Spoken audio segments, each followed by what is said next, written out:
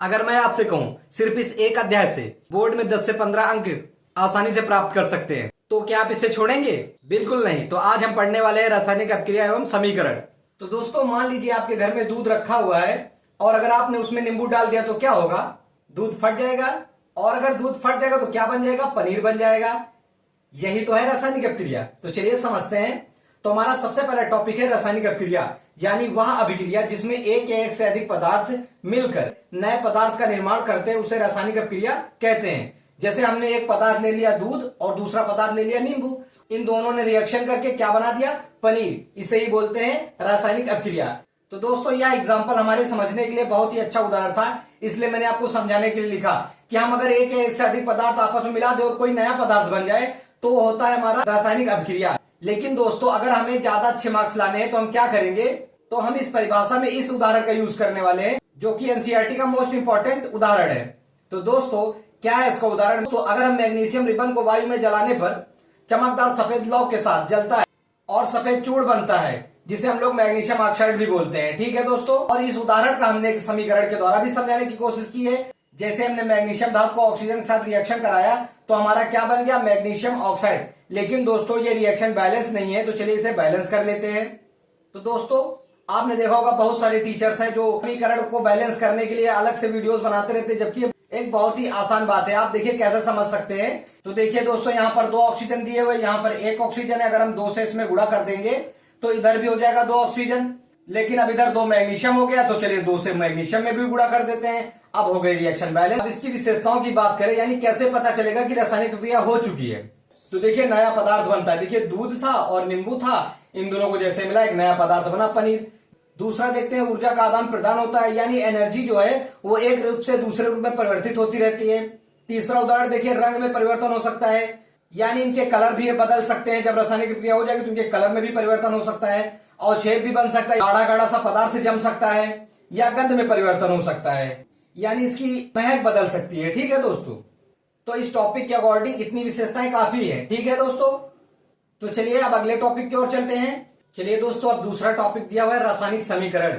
ये क्या है रासायनिक समीकरण? देखिए किसी रासायनिक अपक्रिया में क्या है? भाग लेने वाले पदार्थों को सूत्रों द्वारा प्रदर्शित करना क्या कहलाता है? सूत्रों द्वारा प्रदर्शित करना क्या कहलाता है? रासायनिक समीकरण कहलाता है।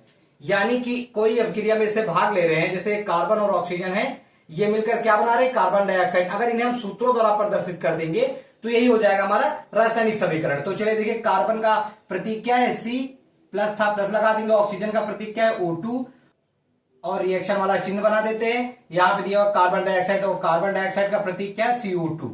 ठीक है दोस्तों, तो देखा दोस्तों कितना आसान था।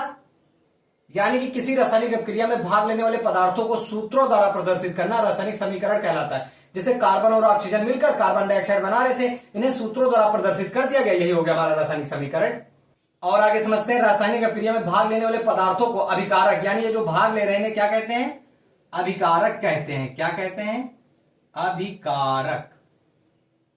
ठीक है दोस्तों, तथा बनने वाले पदार्थ को उत्पाद कहा जाता है। क्या बना था? कार्बन डाइऑक्साइड, तो ये क्या हो जाएगा? उत्पाद हो जाएगा हमारा। ठीक है,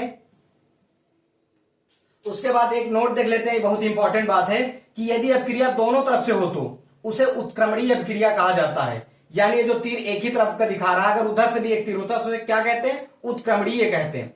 इसे इस सिंबल से लिखते हैं, दोनों तरफ तीर बनाकर। ठीक है, तो ये भी टॉपिक हमारा कंप्लीट हो चुका है। चलिए अगले टॉपिक की ओर चलते हैं। तो चलिए दोस्तों अगला टॉपिक है हमारा संयोजन अपक्रिया। क्या होता है संयोजन अपक्रिया?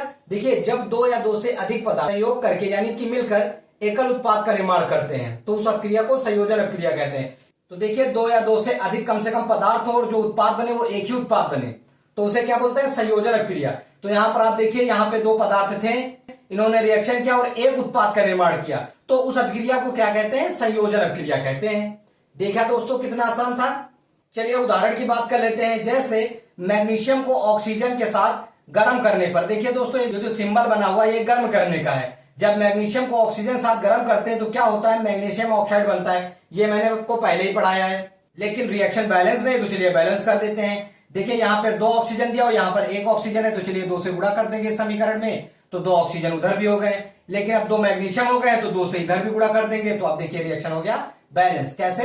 यहाँ पर 2 मैग्नीशियम, यहाँ पर भी 2 मैग्नीशियम, यहाँ पर 2 ऑक्सीजन, 2 का गुणा ऑक्सीजन में करेंगे तो 2 ऑक्सीजन वहां भी हो जाएंगे, यानी रिएक्शन हो गई बैलेंस। तो देखिए दोस्तों, हमने लिया था मैग्नीशियम, तो हमें नीचे लिख देना होगा मैग्नीशियम, और ये था ऑक्सीजन तो ऑक्सीजन लिख देंगे, और बना क्या? Magnesium oxide. तो देखिए 2 या 2 से अधिक पदार्थ हमने मिलाए, और जो हमारा उत्पाद बना वो सिर्फ अकेला उत्पाद बना है, एकल उत्पाद का निर्माण हुआ है। तो चलिए अगले टॉपिक की ओर चलते हैं अब। तो चलिए दोस्तों, अगला टॉपिक है हमारा अपघटन या वियोजन अपक्रिया। ठीक है दोस्तों, जब कोई एक पदार्थ बाहरी प्रभाव के कारण टूट जाता है और 2 या 2 से अधिक पदार्थों का निर्माण करता है तो वह अपक्रिया अपघटन या वियोजन अपक्रिया कहलाती है। दोस्तों मान लीजिए हमारे पास कोई एक पदार्थ है, जैसे मान लीजिए हमारे पास क्या है? Calcium carbonate. ठीक है दोस्तों, ये क्या होता है? ये होता है चूना पत्थर। अगर हम इसको भट्टी में डाल के गर्म करेंगे, जो भट्टी में गर्म करें तो उसको बोलते हैं ऊष्मीय अपघटन। ठीक है, यानी जब हम उसको गर्म करेंगे तो ये जो चूना पत्थर होगा ये 2 भागों में टूट जाएगा, और एक भाग बनेगा कैल्शियम ऑक्साइड और दूसरा भाग बनेगा कार्बन डाइऑक्साइड। तो यही तो है अपघटन या वियोजन अपक्रिया, यानी कोई एक पदार्थ है बाहरी प्रभाव के कारण टूट जाए और 2 उत्पाद बना दे, यानी कि पदार्थ एक हो लेकिन बाहरी प्रभाव के कारण टूट 2 नए उत्पाद बना दे, तो उसे क्या बोलेंगे? अपघटन या वियोजन अपक्रिया। और यह अपक्रिया प्रकाश, विद्युत और ऊष्मा द्वारा होती है। ये प्रकाश, विद्युत और ऊष्मा है क्या? और ये प्रकाश, विद्युत और ऊष्मा क्या है? यही है जो बाहरी प्रभाव के कारण जो एक पदार्थ को टूटकर 2 नए उत्पाद बना देता है। इसीलिए प्रकाश, विद्युत और ऊष्मा अपघटन को भी हमें पढ़ना चाहिए। हमने सबसे पहले उदाहरण लिया है प्रकाश अपघटन का। कब होता है प्रकाश अपघटन? यानी जब अपघटन प्रकाश की उपस्थिति में हो रहा हो। जैसे हमने ले लिया AgCl यानी सिल्वर क्लोराइड, और इसकी रिएक्शन कराएगी सूर्य के प्रकाश की उपस्थिति में, तो क्या हो जाएगा? ये 2 भागों में टूट जाएगा, एक टूटेगा सिल्वर में और दूसरा टूटेगा क्लोरीन गैस में। तो दोस्तों यहाँ पे देखिए AgCl है और यहाँ पर AgCl2 है, यानी क्लोरीन 2 है, यहाँ क्लोरीन 1 है। तो हम क्या करेंगे? इसमें 2 से गुणा कर देंगे तो हमारा 2 क्लोरीन बराबर हो गया और 2 Ag भी हो गया। तो चलिए 2 से Ag में भी गुणा कर देंगे, यानी 2 सिल्वर भी हो गए, यहाँ भी 2 सिल्वर, 2 क्लोरीन इधर भी, 2 क्लोरीन उधर भी, यानी रिएक्शन हो गई बैलेंस। चलिए अब विद्युत अपघटन की बात करें। जब अपघटन विद्युत के कारण हो रहा हो, जैसे देखिए दोस्तों हमारे पास जल है H2O। चलिए मान लीजिए हमारे पास एक बर्तन है, ठीक है दोस्तों, उसके अंदर क्या रखा हुआ है? जल रखा हुआ है। चलिए ठीक है, जल है, इसके अंदर क्या करेंगे? इसमें विद्युत प्रवाहित करेंगे। चलिए इसमें हमने क्या किया? इसके अंदर हमने करंट प्रवाहित कर दिया, तो क्या हो जाएगा? ये जो जल है, जैसे इसमें करंट प्रवाहित करेंगे तो जो हमारा जल है यानी कि H2O है, ये 2 भागों में टूट जाएगा। किस किस भागों में टूट जाए? एक बना देगा हाइड्रोजन गैस और एक बना देगा ऑक्सीजन गैस। तो समझ में आया दोस्तों कि जब अपघटन विद्युत के कारण हो रहा हो तो क्या होगा? जैसे जल है उसमें विद्युत प्रवाहित की गई तो ये 2 भागों में टूट जाएगा, एक टूटेगा हाइड्रोजन गैस में और दूसरा टूटेगा ऑक्सीजन गैस में। लेकिन देखिए यहाँ पर 2 हाइड्रोजन है, यहाँ पर भी 2 हाइड्रोजन है, लेकिन एक ऑक्सीजन है, यहाँ पर 2 ऑक्सीजन है। तो यहाँ पर क्या करेंगे? 2 से कर देंगे गुणा, तो देखिए 2 ऑक्सीजन तो हो गया बराबर, लेकिन 2 दूनी 4 हाइड्रोजन हो गए 4, तो यहां भी 2 से गुणा कर दीजिए, अब हो गई हमारी रिएक्शन बैलेंस। तो अगला उदाहरण देखते हैं ऊष्मीय अपघटन। जब अपघटन ऊष्मा के कारण हो रहा हो, यानी जब अपघटन ऊष्मा के कारण हो रहा हो, तो देखिए कैल्शियम कार्बोनेट लिया यानी चूना पत्थर लिया, हमने इसको भट्टी में डाल के गर्म किया, तो ये क्या हो जाएगा? 2 भागों में टूट जाएगा, एक टूटेगा कैल्शियम ऑक्साइड में और एक टूटेगा कार्बन डाइऑक्साइड में।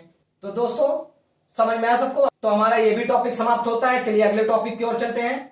चलिए दोस्तों अगला टॉपिक दिया हुआ है विस्थापन अपक्रिया। तो क्या है विस्थापन अपक्रिया? जब अधिक क्रियाशील तत्व किसी कम क्रियाशील तत्व को उसके यौगिक से विस्थापित करके स्वयं उसका स्थान ले लेता है, तब उस अपक्रिया को एकल विस्थापन अपक्रिया कहते हैं। देखिए दोस्तों, मान लीजिए ये अधिक क्रियाशील है और ये कम क्रियाशील है, तो क्या करेगा? इसको इसकी जगह से विस्थापित करके हटा देगा और इसका स्थान खुद ले लेगा। तो देखिए ए और सी अलग होकर हट गए, क्योंकि बी जो था ये कम क्रियाशील था, इसको हटा दिया गया। यही हटाना क्या हो गया? विस्थापन हो गया। इसकी जगह से इसको हटाना ही क्या हो गया?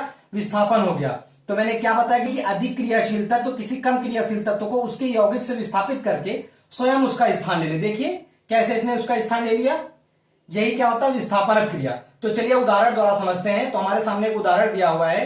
तो देखिए दोस्तों, हमारे पास था जिंक और कॉपर सल्फेट। तो देखिए दोस्तों, हमें यह जानना है कि कौन ज्यादा क्रियाशील और कौन कम क्रियाशील है। तो उसके लिए सारणी देख लेना। यहाँ पर जो सबसे ऊपर है वो सबसे ज्यादा क्रियाशील है और उसके नीचे वाले उससे कम, और फिर ऐसे आता है कि सबसे कम क्रियाशील कौन है? गोल्ड है, और सबसे ज्यादा क्रियाशील कौन है? पोटेशियम है। तो देखिए दोस्तों, यहाँ पर क्या दिया हुआ है? जिंक। तो देखेंगे कि जिंक और कॉपर में कौन ऊपर है। तो देखिए दोस्तों, जिंक आता है ये यहाँ पर, और कॉपर कहां पर आता है? यहाँ पर। तो देखिए दोस्तों, जिंक अधिक क्रियाशील हो गया, क्योंकि जो ऊपर है वो ज्यादा क्रियाशील है और जो नीचे है वो कम क्रियाशील है। तो देखिए कॉपर यहां पर है और जिंक इसके ऊपर है, यानी जिंक ज्यादा क्रियाशील है। तो देखिए ये क्या करेगा कि कॉपर को उसके स्थान से हटाकर खुद उसकी जगह ले लेगा। तो देखिए दोस्तों, इसने कॉपर को हटाकर स्वयं उसका स्थान ले लिया, यानी कि जिंक अधिक क्रियाशील तत्व था और कॉपर कम क्रियाशील तत्व था। कॉपर को उसके यौगिक से विस्थापित करके स्वयं जिंक ने उसका स्थान ले लिया है। ठीक है दोस्तों, इसे ही बोलते हैं विस्थापन क्रिया। तो दोस्तों आज के लिए बस इतना ही, मिलते हैं अगले पार्ट में। तब तक के लिए आप हमारे चैनल को लाइक और सब्सक्राइब कर लीजिए, ताकि जैसे ही पार्ट 2 आए आप उसे आसानी से देख सके।